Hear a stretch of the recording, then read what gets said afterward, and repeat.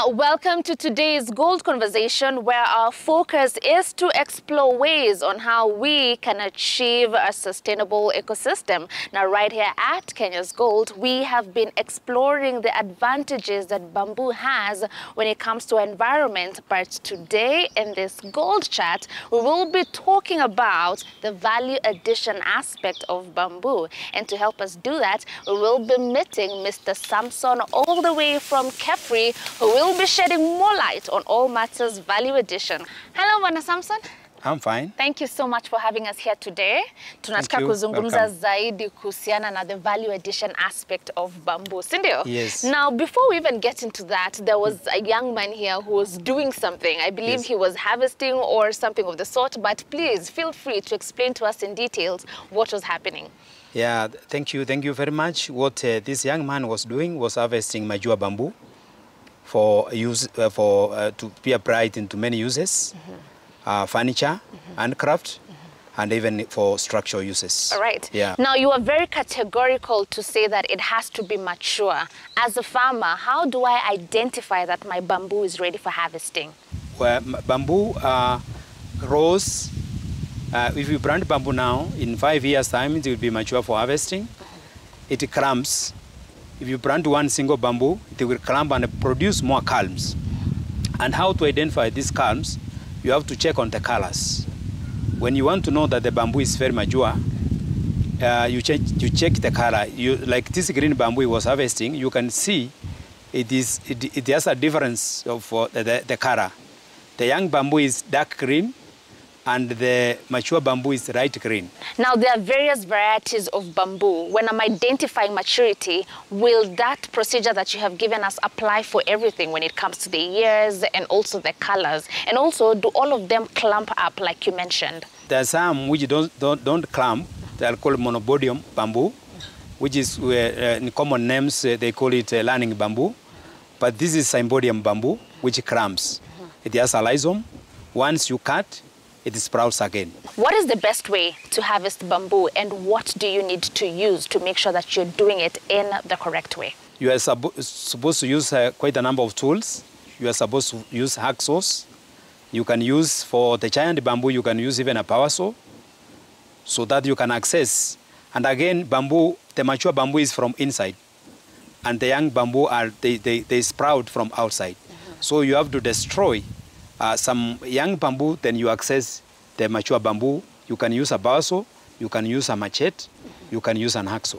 Now, once you harvest your bamboo, is this where regeneration happens? And if it is, after how long will we start seeing another bamboo sprout up? Yes, once you harvest, they almost regenerate very fast, because you allow the rhizome to produce more buds to regenerate. All right. And the goodness with bamboo is that it's not like trees you create fail and you plant afresh. Once you harvest the mature ones, others will sprout, and you will be having in your plantation bamboo all throughout the year. All right, so now that we have understood how to harvest our bamboo, please tell us more on the opportunities that are there in the value addition space of bamboo. Bamboo is like a goal. It does all what timber can do, and even beyond timber. Number one, from the leaves, from the branches can make even necklaces. The culms can make timber, and from timber you can make furniture. Bamboo can be used in construction. And we are we have a gazebo which we have constructed using bamboo. We have an office in Michuki Park we have constructed using bamboo. Yeah. Now, once you have harvested and you know which space of value addition you want to get into, how do you prepare your bamboo to make sure that it's ready for usage? You have to treat this bamboo. Why? Because bamboo is full of starch and sugar, and it attracts some bolas which actually will eat if you don't treat it. So treating and preserving it is very key, and we are using simple chemicals, environmental friendly, that is borax and boric acid. We mix together, then it becomes environmental friendly. Tell us more on what will be the dangers of using bamboo that is not yet treated. Those insect bolas will eat the bamboo, and it will weaken the strength. So, for example, if you have used it in construction, your construction will come down. If you have used it in furniture, the furniture, the ballast will eat the furniture. Then when you sit on that furniture, you will fall down. They will weaken the strength of the mechanical strength of the bamboo. Now, the procedure you have talked about when it comes to treating your bamboo, is this something that a farmer can do by themselves, or they have to get an expert to help them with it? No, a farmer can do it. We have simple methods which we give to the farmers, and the chemicals are ready in the market, and we give them simple methods of using by mixing with water, and then they treat their bamboo. Talk to us about the chemicals you have talked about, and also how do you mix them to make sure that you get the correct percentage for treating your bamboo? When we are talking about borax, it's alkaline, and the boric acid is acid.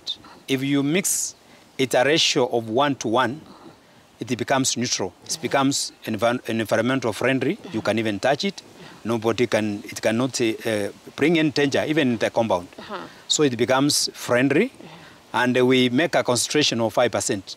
5% means 5 kilograms of the chemicals to 100 liters of water. Now, what would be the dangers of not getting a proper neutral solution? What happens if maybe my solution is very acidic or it's more alkaline than it's supposed to be?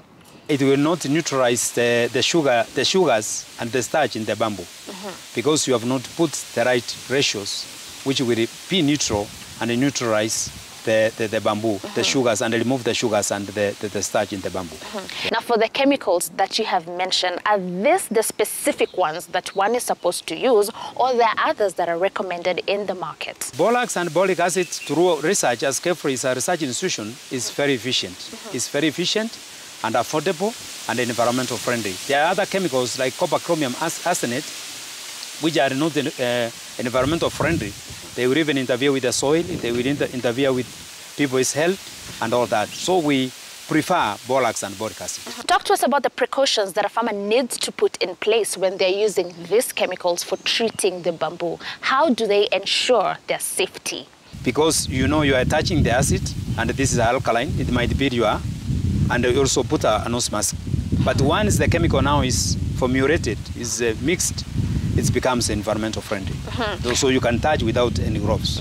So once you're done with your solution, you have treated your bamboo, you're good. How do you dispose the remaining chemical to also make sure that you take care of the environment while at it?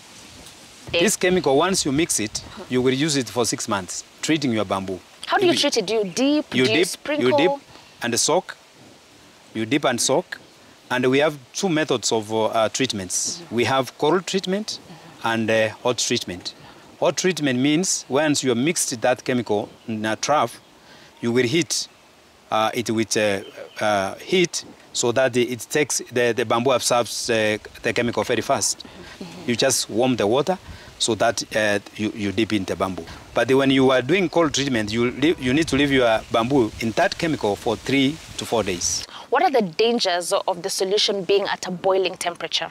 The chemical will evaporate.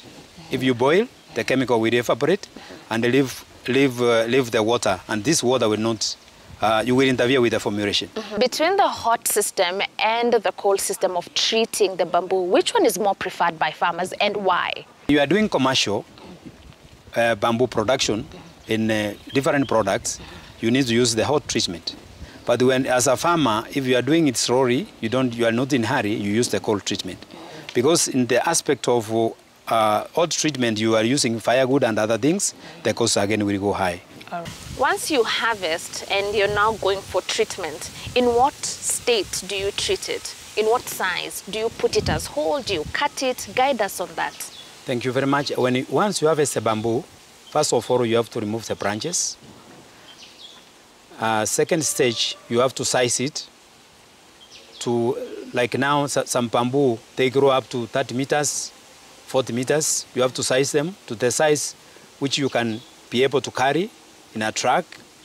And also further, you will size it to the measurements of your trough where you are going to treat. And before you, after sizing, you will perforate the internodes. Bamboo has got internodes.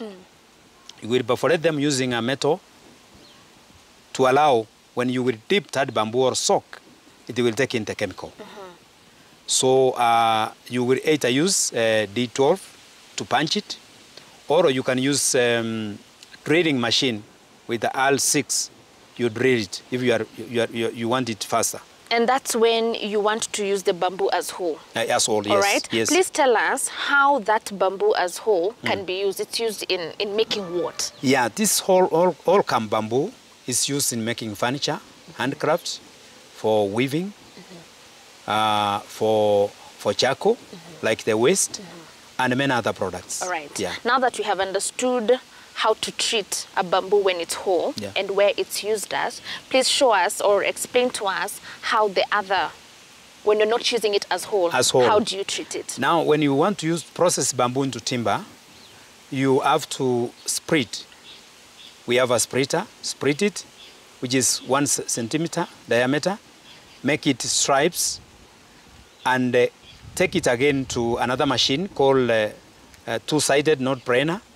It will flatten the knots. Then from there, you will take it for treatment. After treatment, you will dry the bamboo until it attains the moisture content of 12 to 15%. Then again, you will take it to another machine called four-sided knot brainer to make it even. From there now, you can take it to lamination. All right. Yeah. And just for clarification purposes, if I have decided to use my bamboo as whole and I've treated it, is there any one point I can change my mind after that is done and decide to use it as the way I would use it if it was going in the direction of timber? No. No. So you can't reverse? It cannot reverse. So direct from the farm, you get the bamboo with a purpose. You purpose to do, if you want to make it timber, you take it to timber. If you want to use it all come, you take in direction of using all come. Maybe very quickly you can talk to the farmers who are watching us right now and tell them why bamboo is an actual gold. Thank you very much. Bamboo is an actual gold. Number one, it grows very fast, like very fast, more than trees. You remember we are using 50 years, 60 years trees for cutting and making timber, and the bamboo takes 5 years. And it can be used to make the furniture. This 50-year tree can be cut for. Number two, bamboo, you don't clear fail. As I explained earlier, you just select the mature ones, and one clamp can produce up to 100 clamps. So you can cut like 50. There's a lot of biomass, and others will sprout. So in terms of conservation, your land will not be bare. You will always have trees for as we are targeting even tree cover, to increase tree cover. Number three, bamboo is very good in controlling soil erosion, especially in the riverines, and it beautifies water. So we encourage farmers to plant even in the riverines and in their own farm, so that it can take care of their soil erosion. All right. Yeah. Thank you so much for that very detailed explanation. In case you're wondering, why should I go the bamboo direction? Mr. Sampson has made that very clear. You do remember, now more than ever, we are having conversations about saving our planet. And with the bamboo, it does release more oxygen than normal trees and takes in more carbon dioxide than normal trees. And that helps clean the gases in the air. Now, we're taking a short commercial break, but when we come back, we will practically see some of the products that they are making using bamboo. In the meantime, if you do have any question or feedback that you'd like to get through to us, talk to us across all our social media platforms on Instagram at Kenya's Gold. Our SMS line is 22422, and our email is kenyasgold@royalmedia.co.ke.